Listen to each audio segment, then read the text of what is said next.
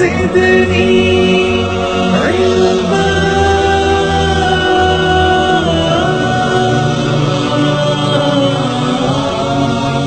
جی محمد عمر صاحب نے ایک سوال کیا ہے. وہ کہہ رہے ہیں السلام علیکم، جو امت ہم سے پہلے گزری ان پر کتنے وقت کی نماز فرض تھی؟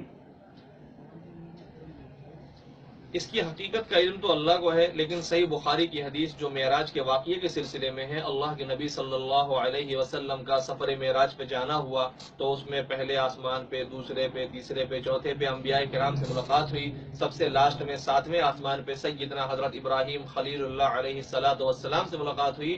تو جب واپس معراج میں اللہ کے نبی صلی اللہ علیہ وسلم لوٹ کر آ رہے تھے تو چھٹے آسمان پر حضرت موسیٰ علیہ السلام سے ملاقات ہوئی. حضرت موسیٰ علیہ السلام نے فرمایا کہ آپ کو کیا تحفہ ملا؟ انہوں نے فرمایا 50 وقت کی نماز ملی. تو حضرت موسیٰ نے فرمایا جاؤ اللہ رب العزت سے درخواست کر کے کمی کرا لو.